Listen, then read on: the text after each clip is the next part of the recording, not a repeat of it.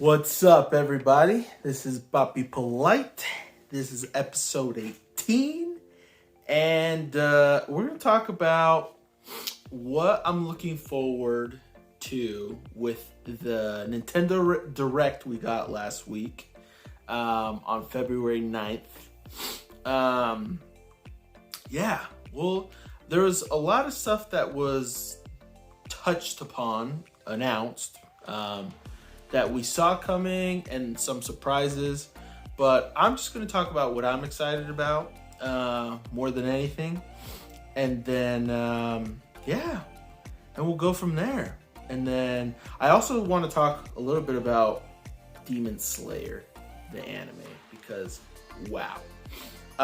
Anyway, so first game that I saw, well, I guess I'll just talk about some of the games. How about that? So, for example, the first one that the Direct opened with was Fire Emblem Warriors. Honestly, I'm not going to get the game at all. But I was just kind of surprised that they actually, made that game. Because, I mean, the first Fire Emblem Warriors was decent, but it was just okay. And this one seems to be pretty exciting, especially if you love Three Houses, because it's basically focused on Three Houses. They probably could have just made an expansion, but they probably didn't want to do that. So anyway, they just made a new game, which is smart. That's really the smartest thing to do, especially if you're trying to make more money. So good on them. I'm not going to buy it. Not interested at all. The only Warriors games I absolutely enjoy are the Zelda ones. Hyrule Warriors 1 was amazing. Age of Calamity was amazing. And then Dragon Quest Heroes 1 and 2, amazing. Those are my favorite Warrior games. Everything else has just been meh. So there's that. We also got some more details on Kirby's Forgotten Land. Which looks pretty appealing. It looks pretty, there's definitely some new ideas and some wacky stuff where Kirby's using new kind of powers where he's not necessarily copying them, but he's I forgot what they called it in the video, but he's turning into them, basically. Turns into a car, basically, but not fully. He doesn't fully swallow it. He just kind of transforms into it in a way. I don't know how to explain it.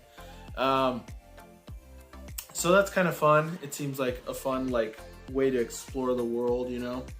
The world looks gorgeous, you know, full of color and just so much it just looks fun. It looks like a fun game. I honestly still don't think I'd buy that game. It's just I don't know. I'm just not that interested in it, even though it does look really fun. I would probably get it if I had more time to play, because that game, it just looks fun. It looks like a fun world to explore and play, especially the whole concept where you're building the village of the Waddle Dee. It's that's a cool concept. That's another kind of incentive to actually get further in the story and get more stuff and find more Waddle Dees and progress, because you unlock more things. So it's a pretty cool idea. The whole concept as well of powering up your copy abilities is actually way cool too. So I think it's a cool game concept. It looks fun, but again, I'll probably not get it, unfortunately. So anyway, there's that. The one I also was kind of interested in was the Chibi Gundams game, mostly because I do like games kind of like that, where it's with stats and you're kind of getting better, you're leveling up your items, your equipment, your weapons, blah, blah, blah. I just love RPGs in general. And so I thought it was a cool idea. I'm not super interested in it. I just thought it was kind of interesting. But hopefully, the Gundam fans enjoy it. Because again, it did look pretty interesting, pretty fun. So that was cool. One game I kind of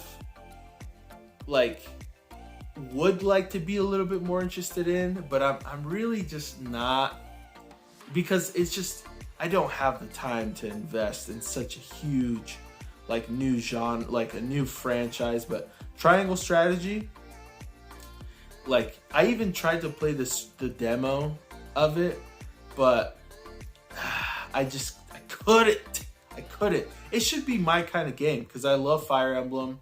I love RPGs. I love strategy games. That should be my kind of game, but I just could not get into it. There's just too much stuff I'm playing right now, and want to play and replay, and I don't have time to dive into this new franchise, although it does look really, really just gorgeous. It looks like a gorgeous, Fire Emblem-esque type game. But anyway, I was interested in that game, though. I will say that. Excuse me. Just kind of had a burp unearth itself from the inside of my belly. So yeah, and then Splatoon 3 looks pretty dang fun. I'm gonna be honest. It really does. Especially Salmon Run. That looks really fun. Man, I still remember when Splatoon 2 came out and me and my buddy would play Salmon Run, and we had a great freaking time playing that game. That was a lot of fun. But man, that's just a game I wouldn't buy, just because I don't have that kind of time. Especially, the thing is now is I just can't play multiplayer games. There's just no way. I don't have time to do that. And so, yeah, you guys will see that there's a running theme in this in all of my gaming life. I just don't have enough time to play. And I know people complain about that a lot, but I'm serious. I don't. I gotta stop talking about it though, because I feel like I complain about that every single episode. Excuse me, I just had to drink some water. Yeah, so so it looks fun, Splatoon 3, but I'll probably have to pass on that. One game I am actually pretty excited about, and I think I will buy, is I don't remember what officially it's called, but it's that Wii Sports game. Especially interested in the volleyball, the tennis, because tennis is fun in the Wii Sports, and the soccer. And the biggest reason why I probably get that game is mostly just kind of to play with my wife. Because we don't really go out much, especially now. I mean, it's winter at this very moment, but we don't go out more because she's now 3 months pregnant and she's not having a good time. So hopefully she's done having her nausea attacks and her unsettling just acidity and problems with the first trimester. Because with our first son, it lasted almost the whole pregnancy, where she just was vomiting and she just did not feel well. But it's pretty common for women. It depends on the woman and the pregnancy, to just kind of have morning sickness and nausea and all that the first trimester, and then the other ones they just kind of coast. And so we're hoping that happens, because we're getting near the end of the first trimester, and she has not been enjoying it at all. So anyway, hoping to an end to all that stuff pretty soon. But with that, hopefully she can enjoy some games with me, especially the Wii Sports one, because again, it looks pretty fun. Yeah, and another game I am actually very interested in, but again, I don't think I do want to buy this game. So I probably will eventually buy it. But Super Mario Strikers, well, I guess it's called Mario Strikers. I forgot the title. Sorry, guys. I apologize. Excuse me. Another burp unearthed from inside my belly. Yeah, just go ahead and comment down below the title of the new Mario Strikers game. But dude, Mario Strikers looks so much fun. The graphics look great. The gameplay looks exciting. And honestly, the biggest thing that appealed to me was the whole online. Like, it looks legit, dude. Like, you can make your own teams, like people online, and just I don't know. It just looks way fun. The whole concept of the online looks way cool. It's like very competitive, very appealing, and I think I would definitely enjoy playing that. I remember when the first Super Mario Strikers came out. That game was so much fun, bro. I played that a lot, and I got way good. I would play without any of the power-ups or even the I don't know what it's called officially, the double point. I forgot, the hyper shot or whatever they called it. But I would turn that stuff off, just kind of like in Smash Bros. You turn off items, turn off Final Smash. If you truly want to play with skill, that's what you do. But that's what we would do. What I would do with Super Mario Strikers with my buddies too, and it was all about skill. But dude, I got so good at literally the first or second of when the match started. I'd go right to the corner on the opposite team's side and just curve that ball into the goal every freaking time. With my group of buddies, I would always win with that tactic. It was so much fun, dude. It was a good game. It was a great game, and I'm totally down to play this new one. So anyway, yeah, but that's basically it for everything that I kind of got out of that direct, and what I'm somewhat excited for / what I would want to play out of it. So yeah, let's hope for more information on Breath of the Wild 2 later this year, maybe in the coming months, maybe even for E3. We'll probably see some more Breath of the Wild footage. I'm hoping to God for some more Dragon Quest news. We had the Dragon Quest 35th anniversary live stream months ago, and I have not heard any updates on any of those games, and I would like to hear some more news. But yeah, that's basically it in terms of the games I'm excited for from the direct and what I'm hoping for the rest of this year. And yeah, let's move on to the next segment, which is I want to talk about Demon Slayer, bro.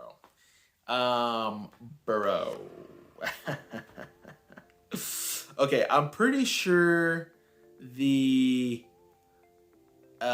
season just ended, or at least this arc with the Sound Hashira, because damn.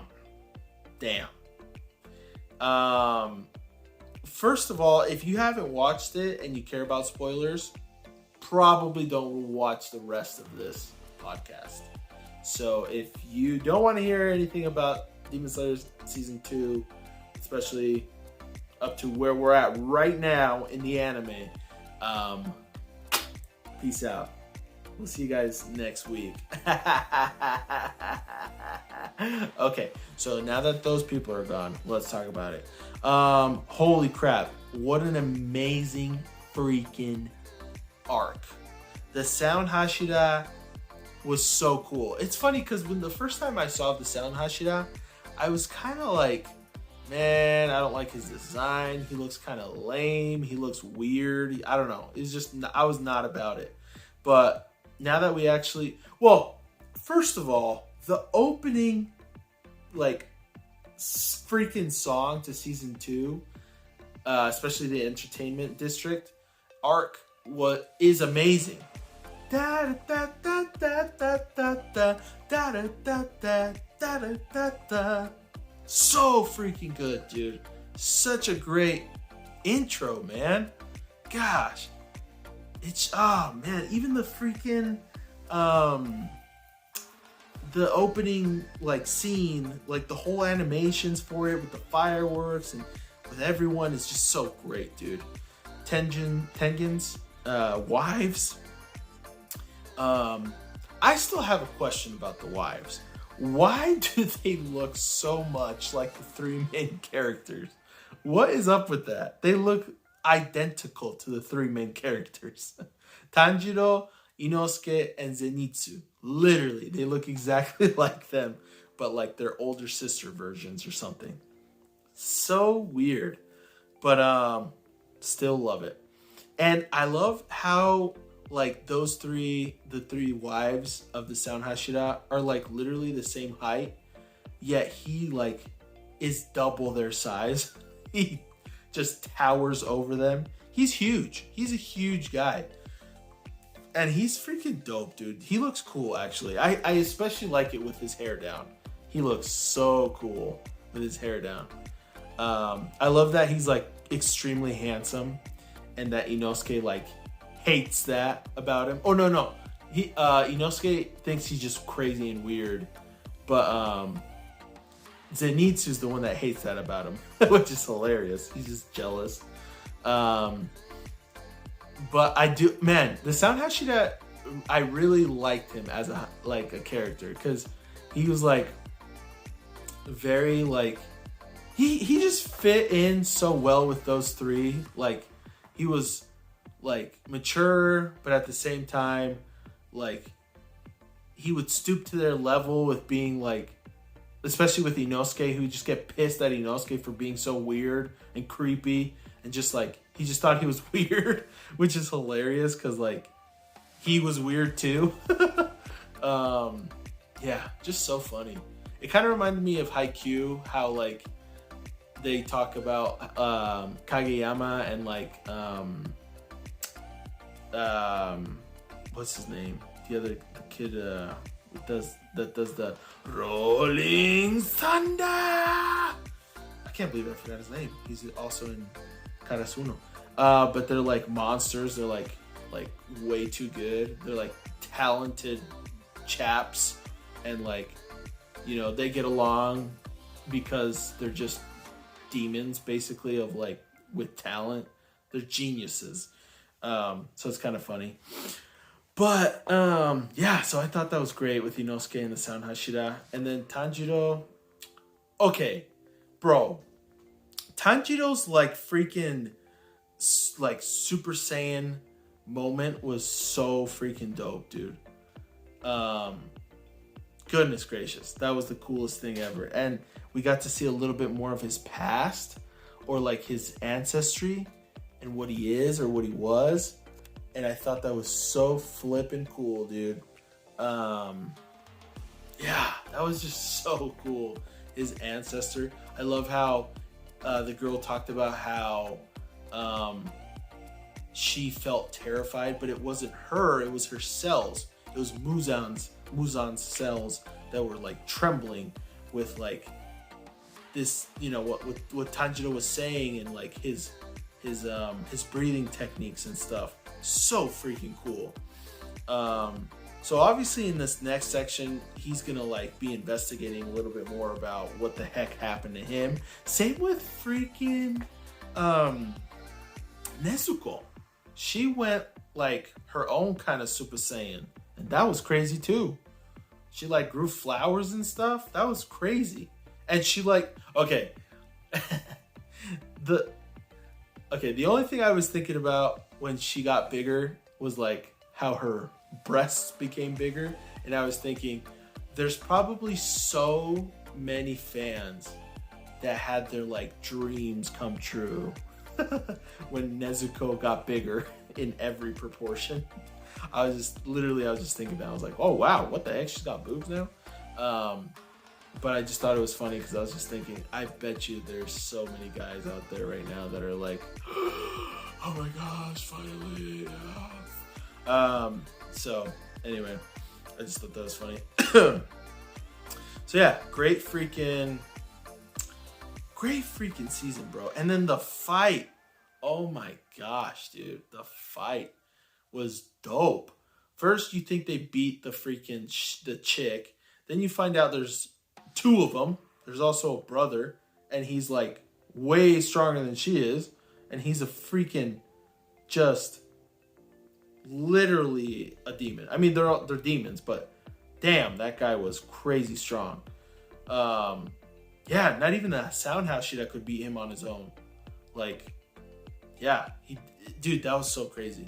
Such a crazy freaking concept for like enemies. The fighting was amazing. The animation was so well done. The music was great. What a great arc. And I'm pretty sure it's over because they did the whole thing when they did with Rengoku, where they did like the drawings, like the beautiful like drawings in the end credit scenes and like memories of him or whatever. And they did the same thing with the Sound Hashira. So I'm assuming the Sound Hashira arc is over. I mean, he himself says with his three wives to that other Hashira that showed up with the snake that was kind of a douche. Like, no, I'm retiring. I'm out. I lost an arm. I lost an eye. I'm out. And, you know, which, you know, that's fine. Dude, that's great. Like, go drink and be merry with your three wives, bro. Oh, man. Yeah. Yeah, he deserves it. That was great. So, yeah. So, anyway. And, by the way, the Kunoichis, his wives, were pretty cool too, especially the Tanjiro looking one. She was like very useful. I literally thought she was gonna die so many times because you just never know with these kind of shows. Like the moment you think somebody's okay, the next second they just die. They get slashed or cut or get their head chopped off or something. And every time I would see her in frame, I was like, oh my gosh, dude, they're gonna kill her. Someone's gonna kill her so quickly. Like, yeah, I was terrified of that happening. But thank God. I mean, it did almost happen, but then Tanjiro went freaking water/sun breathing, like Super Saiyan attack mode, and like, just, yeah, it was cool. What his move, what he did was cool. But yeah, again, great arc, great show, and I'm glad I watched this arc because I was not really like interested in watching it because I wanted to still watch all of Rengoku's stuff, even though I already watched the movie, which I did do, and so I got through that pretty quickly, and then I actually got into the Sound Hashira stuff, which was again amazing. So I'm glad I watched it because I've had all my buddies were basically like, dude, you need to watch that. I even had a worker of mine tell me, you need to watch Demon Slayer. Demon Slayer. I was like, okay, bro, I will. Which I did, and it was great. So yeah, but besides all of that, I can end that segment there. What I've been playing and watching. A lot of Dragon Quest Dai. Been reading the manga.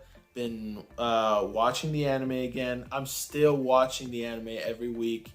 Don't forget, if you're interested in hearing me talk about the manga, reviewing the manga or the anime, or like my reactions, Dragon Quest Papi YouTube channel. Check it out. Dragon Quest Papi. All about Dragon Quest Dai. There you go. But that, and then I've been really getting pretty into Dragon Quest 8 again, because basically I'm basically done with Dragon Quest 11S. Like I was grinding metal slimes, liquid metal slimes, and then metal king slimes.